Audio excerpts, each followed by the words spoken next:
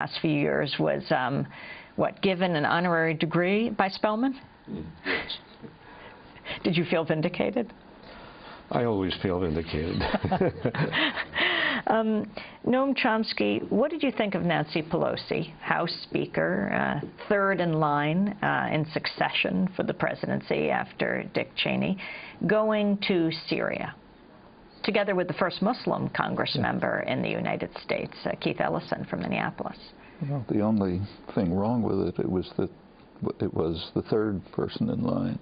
I mean, if the United States government were sincerely interested in bringing about some measure of peace, prosperity, stability in the region, instead of dominating it by force, they would, of course, be dealing with Syria and with Iran, pretty much the way the Baker-Hamilton report proposed, except beyond what they proposed, because they proposed they should be dealing with it in matters concerning with Iraq, but there are regional issues. In the case of Syria, there are issues related to Syria itself, but also to Lebanon and to Israel. Israel is in control of, in fact has annexed, in violation of Security Council orders, has annexed a large part of Syrian territory, the Golan Heights. Syria is making it very clear that they are interested in a peace settlement with Israel, which would involve, as it should, the withdrawal of Israeli troops from occupied territories. Are there secret negotiations going on between Israel and Syria now? Never know what's going on in secret, but so far Israel has been flatly refusing any negotiations. In fact, the only debate that's going on now is whether it's the United States that's pressuring Israel or Israel's pressuring the United States to prevent negotiations on the Golan Heights, and in fact on the occupied territories altogether. I mean, this is called a very contentious issue, Israel-Palestine, which is kind of surprising. It's a contentious issue only in the United States, and even not among the American population. It's a contentious issue because the U.S. government and the Israeli government are blocking a very broad international consensus, which has almost universal support, even the majority of Americans, and which has been on the table for about 30 years, blocked by the U.S. and Israel. Everyone knows who's involved in this, what the general framework for a settlement is. It was put on it was brought to the Security Council in 1976 by the Arab states, the Jordan, Syria, and Egypt, the so-called confrontation states and the other Arab states. They proposed a two-state settlement on the internationally recognized border, a settlement which included the wording of UN 242, the major resolution, recognition of the right of each state in the region to exist in peace and security within secure and recognized boundaries. That would include Israel and a Palestinian state. It was vetoed by the United States.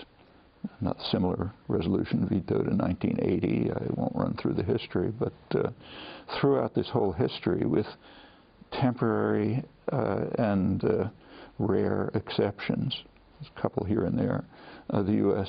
has simply blocked the settlement, still does, and Israel rejects it. Sometimes it's dramatic.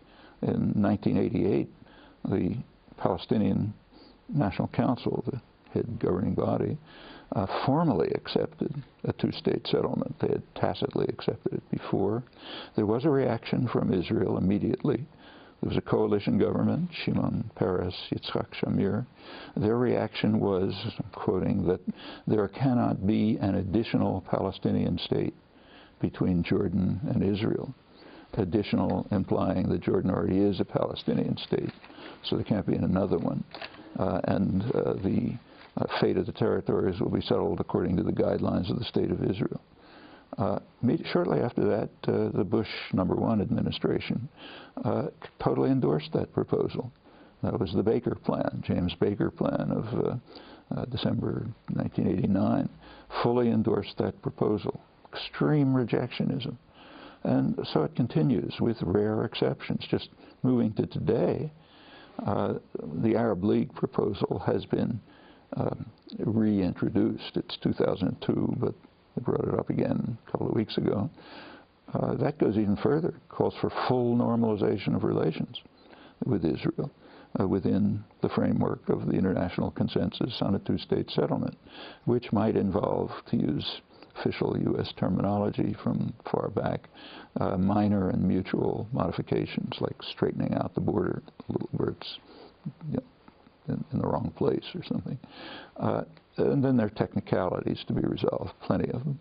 But that's the basic framework, supported by the Arab world, by Europe, by the non-aligned countries, Latin America and others. It's supported by Iran. Doesn't get reported here. Everyone loves Ahmadinejad's crazed statements, but do not report the statements of his superior, the Ayatollah Khamenei, who's in charge of international affairs. Ahmadinejad has nothing to do with it, who has declared a couple of times that Iran supports the Arab League position. Hezbollah in Lebanon has made it clear that they don't like it. They don't believe in recognizing Israel, but if the Palestinians accept it, they will not disrupt it. They're a Lebanese organization.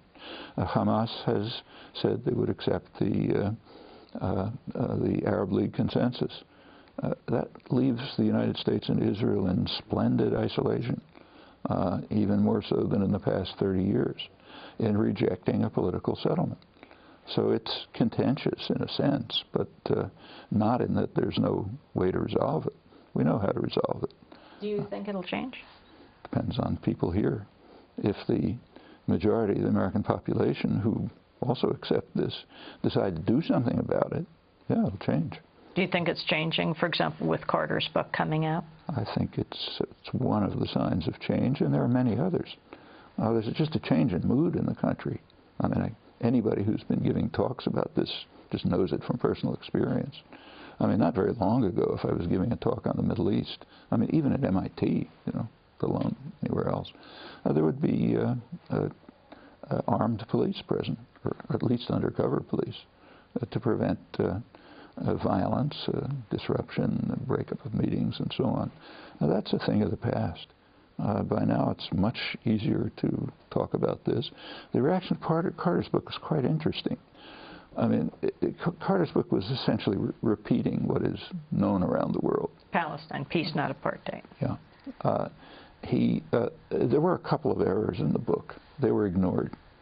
The only serious error in the book, which a fact checker should have picked up, is that Carter accepted a kind of party line on the Israeli invasion of Lebanon in 1982.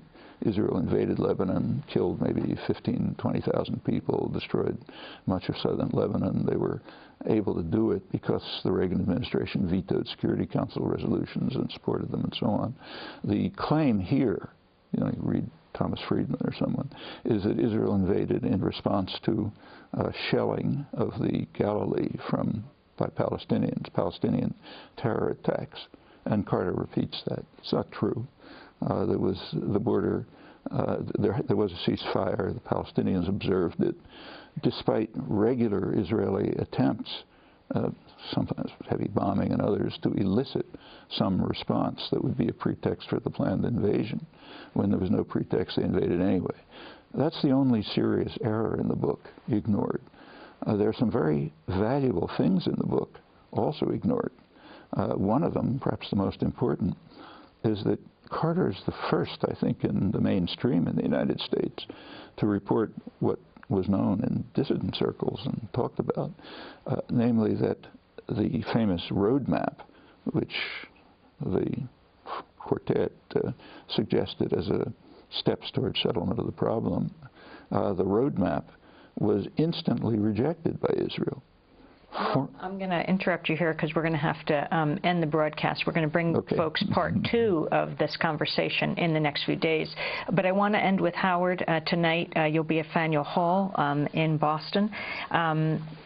Do you have hope right now, as a man who has been part of dissident movements for many years, led them, chronicled them in these last few minutes of this first part of our discussion? And by the way, you're going to be with me in Faneuil Hall tonight.